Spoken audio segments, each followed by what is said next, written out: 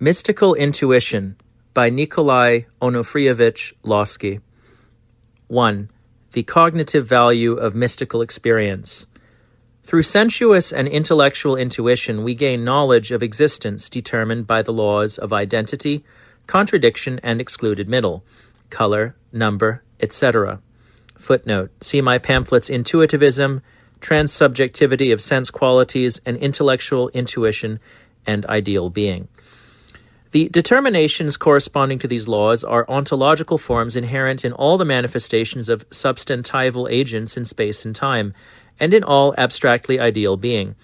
These forms are all important to the knowability of objects and their expression in judgment. Therefore, in relation to knowledge, they may be called the logical forms of objects or the rational aspect of them.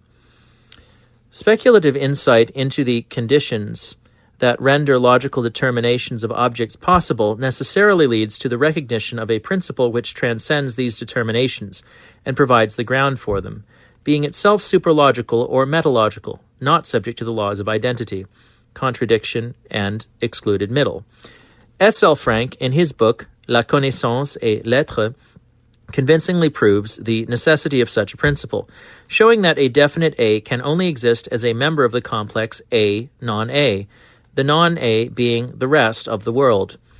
The relation of A to all other determinations can only be conditioned by a principle which embraces and transcends all determinateness, and consequently belongs to the realm of the metalogical.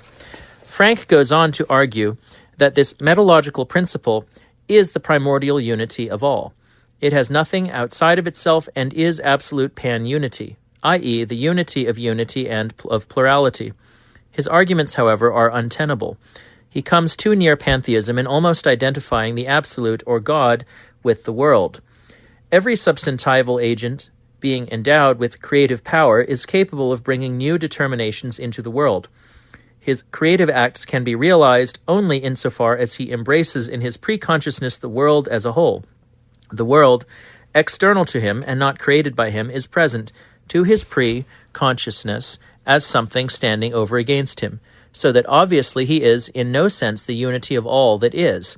And yet, in order to carry out his creative acts, he must, in his superqualitative essence, transcend logical determinations, i.e., be a metalogical entity.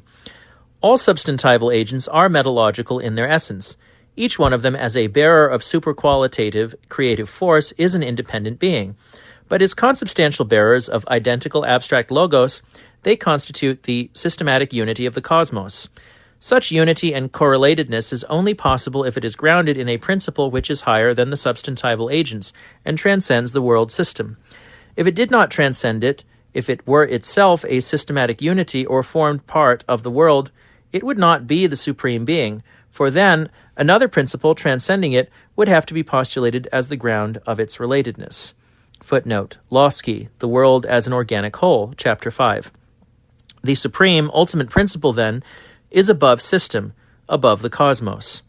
It is metalogical, for it transcends the system of logical determinations, and yet it is not a pan-unity.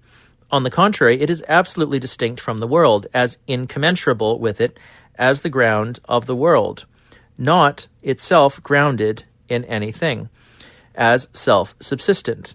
The assertion that the world is grounded in such a principle can only mean absolute creation of the world out of nothing, in the sense that the creator of the world does not make use of any material, either given from outside or borrowed from himself, but creates both the form and the content of the world as something new and different from himself. This difference is not a logical category according to which two entities different from each other must be subsumed under the same generic notion. In reference to the supreme principle, it must be understood as a category of quite another kind, described merely from analogy by a term borrowed from the realm of logically determined being. Frank calls such difference metalogical. Similarly, the multiplicity of metalogical principles, the supercosmical principle and the substantival agents, does not involve the category of quantity applicable to homogeneous agents. It is a qualitative multiplicity, Bergson's phrase. If we count substantival agents, we do so not with regard to their essence, but to their spatial and temporal manifestations, and their, relatively speaking, secondary properties. It is significant that logical thought, when strictly consistent, inevitably leads us beyond itself and compels us in our survey of the world system to recognize a superlogical, supercosmic principle. Philosophy, confined to its specific domain of logical thinking, can tell us very little about that principle. It can only tell us that, being incommensurable with the world, it cannot be expressed or defined in any terms borrowed from our realm of existence.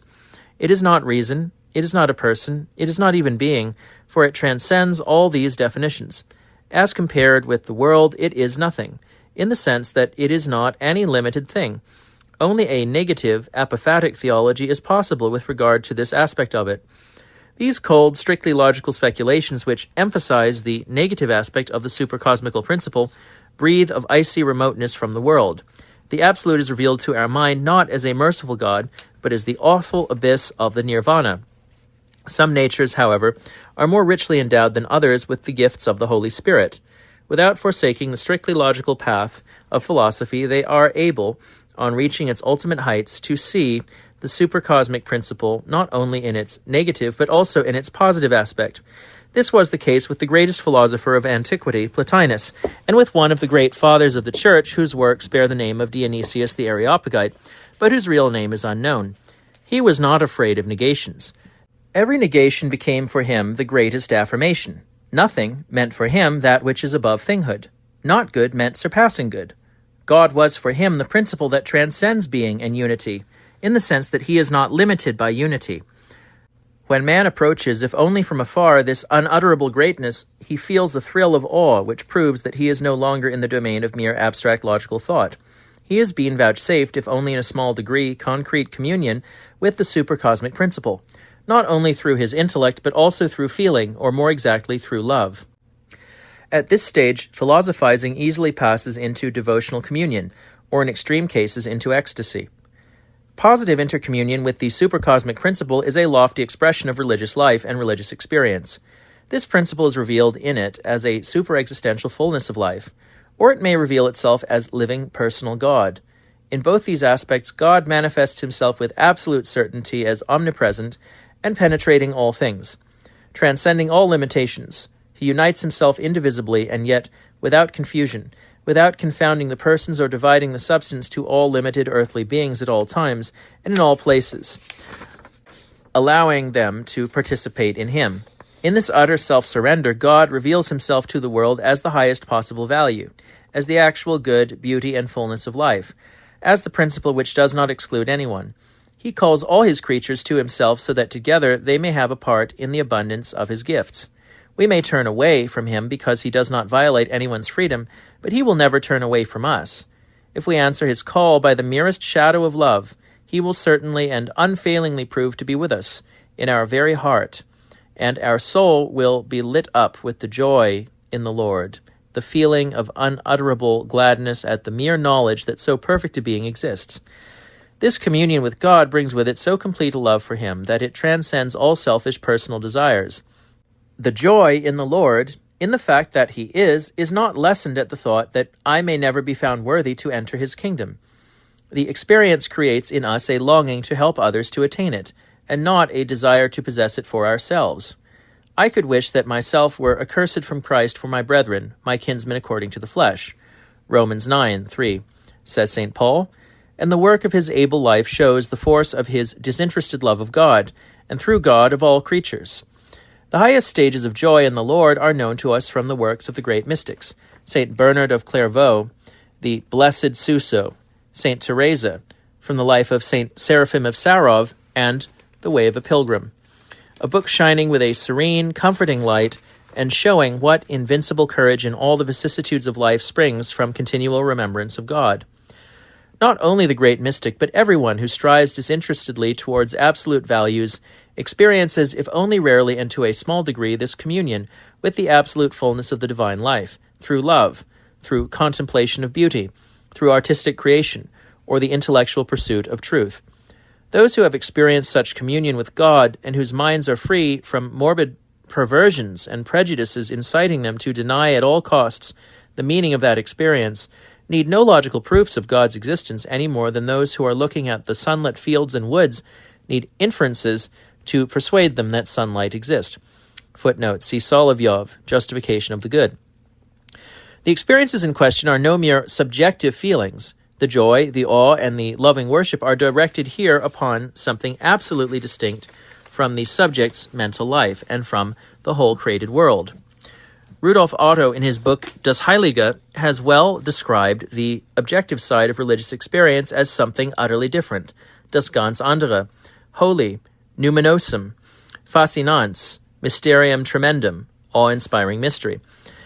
This is an absolute datum of experience, not derivable from or reducible to anything else. Those who maintain that our awareness of this reality is a subjective illusion might just as well say that everything in our experience is subjective and adopt a solipsist point of view. According to Leuba, the mystical experience of communion with the unutterable supercosmic principle is an affective state referring to religious dogmas. This is a typical instance of a positivistic interpretation of the facts in question.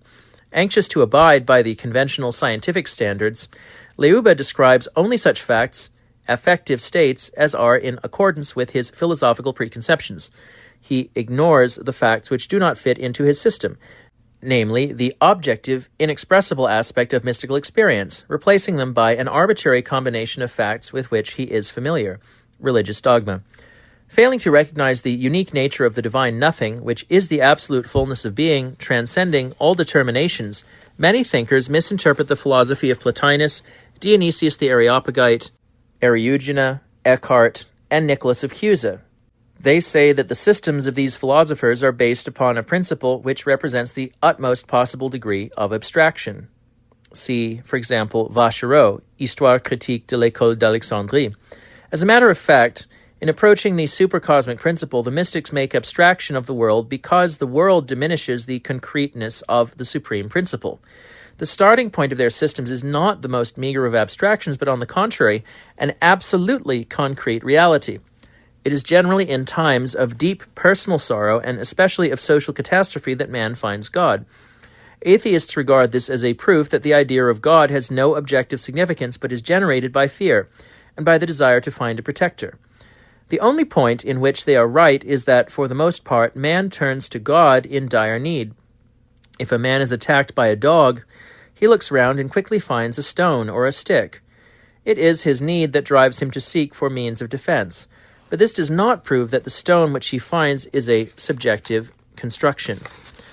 The experience which leads us into the realm of the holy is common, if only in an elementary form, to the enormous majority of men. Without it, no religion could have arisen. When attempts are made to express it in the form of a judgment, it is easily falsified and misinterpreted. And yet, religion is indestructible in human consciousness in spite of all the hostile forces arrayed against it. When people say that this experience is something quite exceptional, felt only by a few, they generally refer to the highest stage of it, found in persons whose faculty of mystical intuition is highly developed. There are ways of developing this faculty. The mystics of all peoples and all countries have elaborated a method which is essentially the same. The main stages of it, in Christian mysticism, are formulated by Dionysius the Areopagite. The first, preparatory stage, the way of purification, via purgativa, consists in moral and ascetic exercises which subdue sensuality and vicious passions and free us from being slaves of the world. The second stage is the way of illumination, via illuminativa. It consists of prayer and meditation, i.e., of concentrating thought and imagination upon the supercosmical principle, God, and upon all that leads to him. The third stage, the way of unification, via unitiva, is the purpose of all these exercises and consists for Christian and many non-Christian mystics in experiencing union with God, for the Buddhists in sinking into nirvana. The advanced stages of mystical union with God are accompanied by ecstasy, sometimes involving a complete loss of consciousness and a state of catalepsy, convulsive movements of the muscles, rigidity, etc. A still higher stage of communion with the divine life is called by some mystics the marriage of the soul to God. At that stage, consciousness is preserved, and no pathological changes take place in the bodily life, while the life of the soul reaches a high degree of intensity, both inwardly and in outward practical activity. In mystical intuition, in its pure form, God is revealed as unutterable, without modes, i.e., without images or any determinations whatever. Many mystics consider this type of mystical union with God the highest.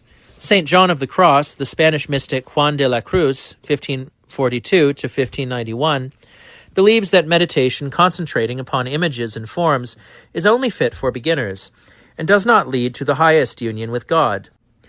He does not put much value upon ecstasies accompanied by abnormal bodily states, calling them the way of the flesh. In his view, the true, unquestionable, and unmistakable union with God is only attained when the soul, renouncing all its modes, sensuous ideas, memory, and intellectual activity, reaches the night of the senses and the night of the intellect, and is united to God without any modes. In this theopathic state, which is not accompanied by ecstasy, there is no consciousness of time. Filling the soul with a calm and serene joy in the Lord, it may last indefinitely, and be retained even in sleep. I sleep, but my heart watcheth. Song of Solomon 5:2. Intuition, centered entirely upon the unutterable, upon the divine nothing, may easily lead to an impersonally monistic or pantheistic form of mysticism. Footnote, Jean Baruzzi, Saint Jean de la Croix et le problème de l'expérience mystique.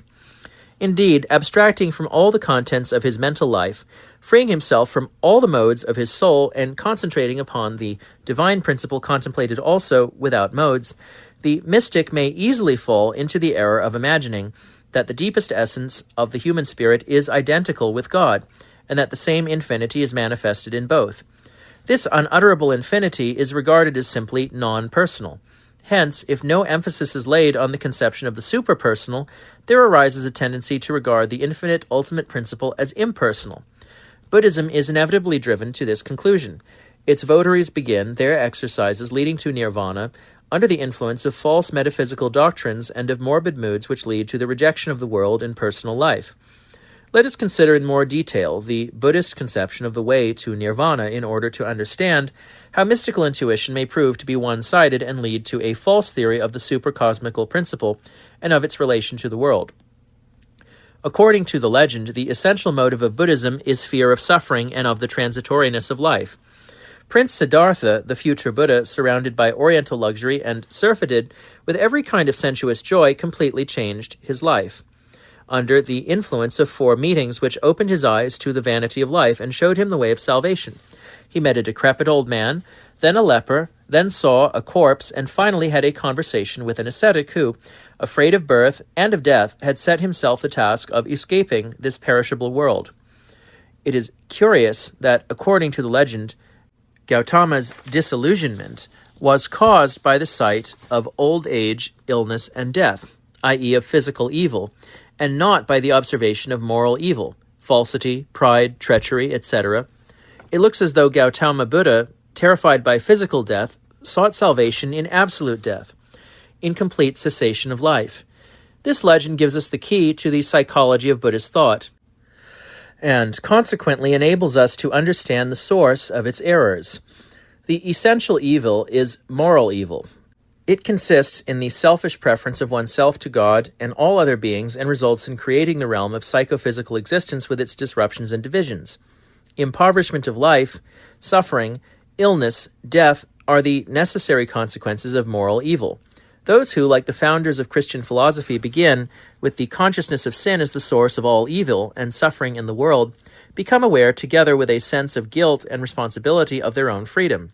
They are conscious of having a free creative will, and know that they might have done nothing but good. Humiliated by the sense of his guilt, man receives, as though in recompense for his moral sensitiveness, much consolation. He clearly sees that evil is not at all necessary. Owing to his clear discrimination between good and evil, he apprehends with perfect clarity that the world in its essence is beautiful. He begins to see the original goodness of the world, and the high dignity of the human self in its innermost depths, which renders possible the consciousness of freedom and responsibility. He becomes at the same time aware of the necessary condition of these inestimable gifts, of the substantiality and eternity of himself. Penetration to the substantival depths of things leads beyond the boundaries of the world. It is accompanied by a vision of the supercosmical principle as the merciful creator, who, as the living fullness of being, has laid the beginning of the beautiful system of the world, full of grandeur and profound meaning. Communion with him fills the human soul with joy and love for him and for all the world, and a longing creatively to participate in his creative work. Entering that path, the individual self becomes aware of its filial relation to God, Every ego is conscious of itself as unique and individual and called to create for all the world values, which cannot be created by any other being.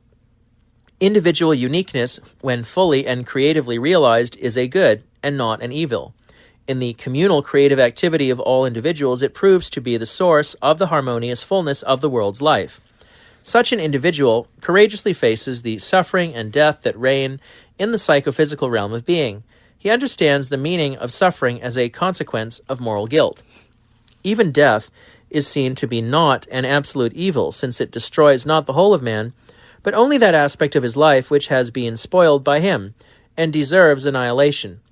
Death is not the destruction of individuality, but on the contrary, the condition of rising to eternal individual life, and having a part in the fullness of divine being.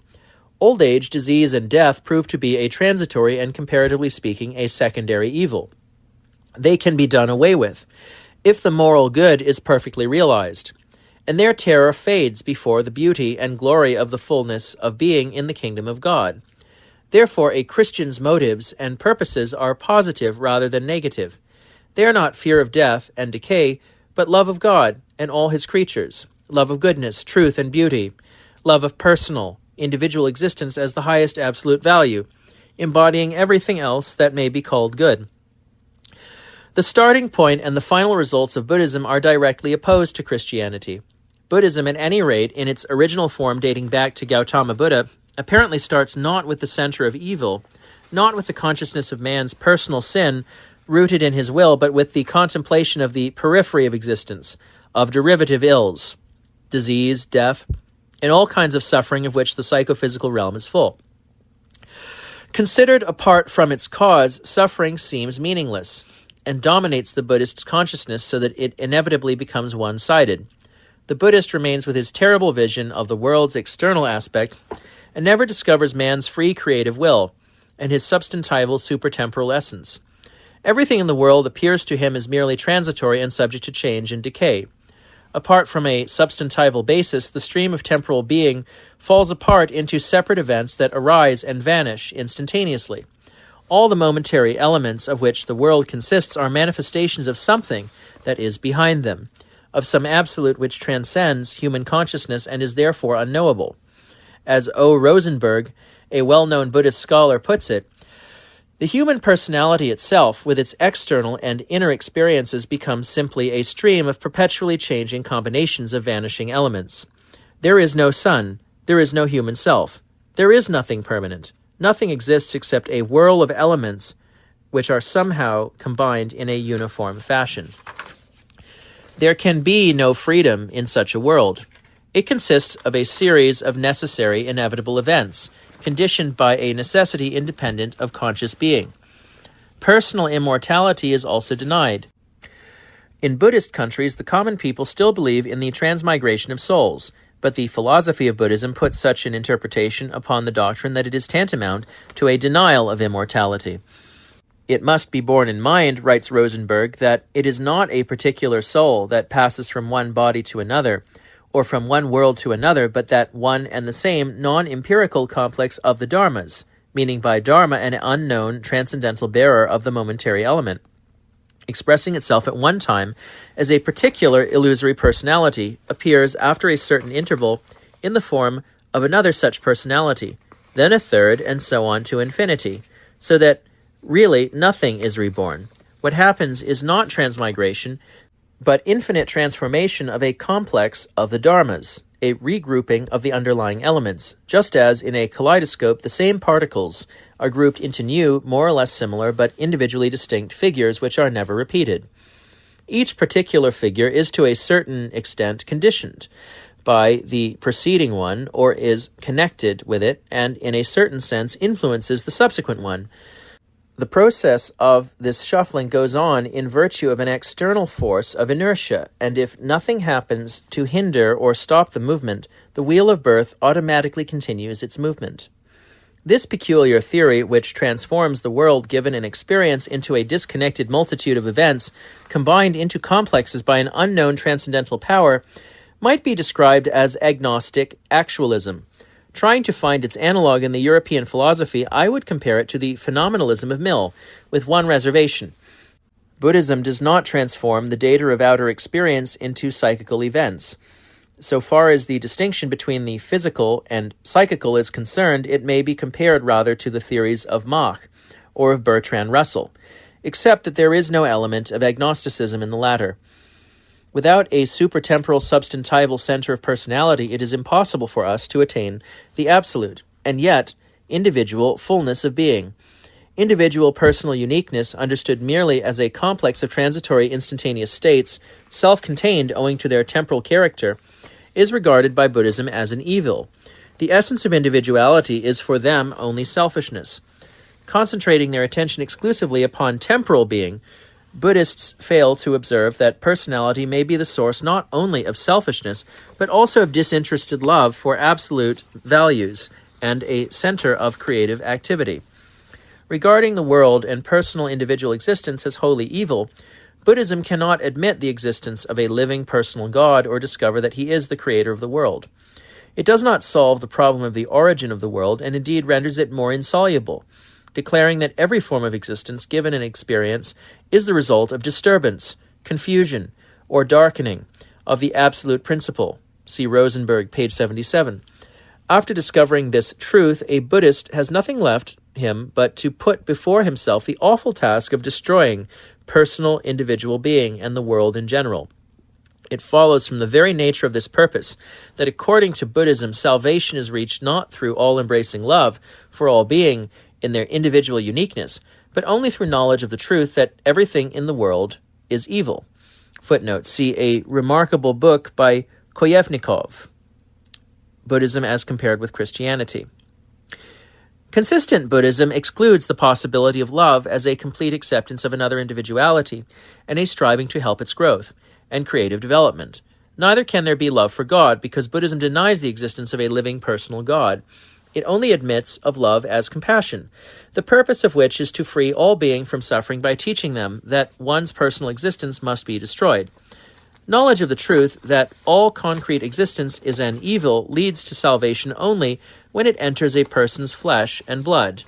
It then destroys not only his will to live, not only his body, but the whole of his mental life, so that no personality is left. To achieve this purpose, Buddhism has created a terrible system of ascetic exercises, reflections, meditations, and contemplation. Footnote, see Koyevnikov. Also a short sketch in Heiler's Die Buddhistische Versenkung. Their result is to extinguish personal life and to lead one to nirvana. Life is exhausted and conquered. Holiness is completed. The goal achieved. This world exists no more. Such is the obvious reward of renunciation. There is none higher or more desirable, exclaimed Gautama Buddha in one of his chief sermons. Footnote, Digha Nikaya 1, Part 2, Sermon 1b. Anticipation of eternal death fills the soul of Buddhist ascetics with an ecstasy incomprehensible to us. Thus, at any rate, in relation to cosmic reality, Buddhism is a necronistic religion and philosophy, an affirmation of death and negation. Christianity, on the other hand, is the religion and philosophy of eternal personal life in the kingdom of God. In comparing the two religions, let us put the most favorable possible interpretation upon Buddhism. Let us understand nirvana not as absolute nothingness, but as absolute fullness of being, transcending all determinations designated by the term nothing, simply because it is incommensurable with any concrete thing. Even then, however, will be an impassable gulf between Christianity and Buddhism, and the negative aspects of the latter will still remain. Christianity is a theistic religion. It affirms that God is the creator and that individual personal entities are creatures. As originally created, the world is absolutely valuable and is not to be destroyed. Even in communion with the deity, the human self remains individual. Buddhism, on the contrary, is a pantheistic religion. The term is unfortunate, since for Buddhism the absolute is not God, but with this reservation it may be applied here. Preaching the destruction of personality and of concrete existence, it remains a purely negative theory in this respect. Personality becomes a pure nothing, and consequently has no part in the positive nothing of nirvana. It may, however, be argued that destruction of personal life means a positive gain for the personality in nirvana. When one of Buddha's disciples asked him whether the perfect one exists after death, Gautama answered, "He cannot be said to exist, and he cannot be said not to exist. nor can it be said that he both exists or does not exist after death. Maj Nikaya 63. Here, we obviously come into a sphere that transcends the law of contradiction and excluded middle. But in that case, the developing ego is itself, in some sense, the absolute, and the destruction of the personal form of being is a kind of self-liberation of the absolute. It finds expression in Buddha's proud words about self-redemption. "No one, brothers," says Gautama, "has told me the noble truth about sorrows, but I grasped it myself. I have reached the truth by myself. I have attained liberation by myself. I have done everything by myself. I have found contemplation in myself." He advises his disciple, "Do not seek refuge in anything except yourselves. Be your own light. Lean upon nothing except yourselves. Have no recourse to anything external. Reach the highest summit. You alone are your own Lord, and you alone can be your own refuge." Footnote, Koyevnikov 1. Foshi Hing Sen King. Dhammapada, chapter 25. These doctrines of self-redemption bear characteristic marks of pantheism. 1. They involve too close an identification of the world with the absolute. 2. They introduce a certain defect, namely evil, into the nature of the absolute itself, insofar as it is regarded as the source of the darkening or confusion which gives rise to the wretched world which deserves nothing but destruction. These theories seem attractive to persons inclined to positivism and agnosticism. Neo-Buddhists say that their religion answers to the demands of a science.